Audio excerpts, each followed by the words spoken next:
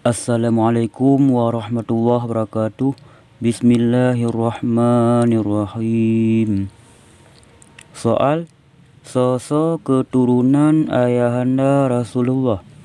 Jawab: Muhammad anak Abdullah, Abdullah anak Abdul Muthalib, Abdul Muthalib anak Hashim, Hashim anak Abdul Manaf, Abdul Manaf anak Qusay, Qusay anak Kilab, Kilab anak Murrah, Murrah anak Ka'ab, Ka'ab anak Lu'ay, Lu'ay anak Ghalib, Ghalib anak Fihrin, Fihrin anak Malik, Malik anak Nadar, Nadar anak Kinanah, Kinanah anak Khuzaimah, Khuzaimah anak Mudrikah, Mudrikah anak Ilyas, Ilyas anak Muzar, Muzar anak Nizar, Nizar anak Ma'ad, Ma'ad anak Adnan.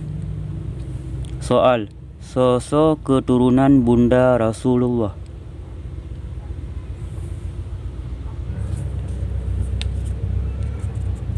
Jawab: Aminah anak Wahab, Wahab anak Abdul Manaf, Abdul Manaf anak Zuhrah, Zuhrah anak Kilab. Wallahu a'lam bissawab. Assalamualaikum warahmatullahi wabarakatuh.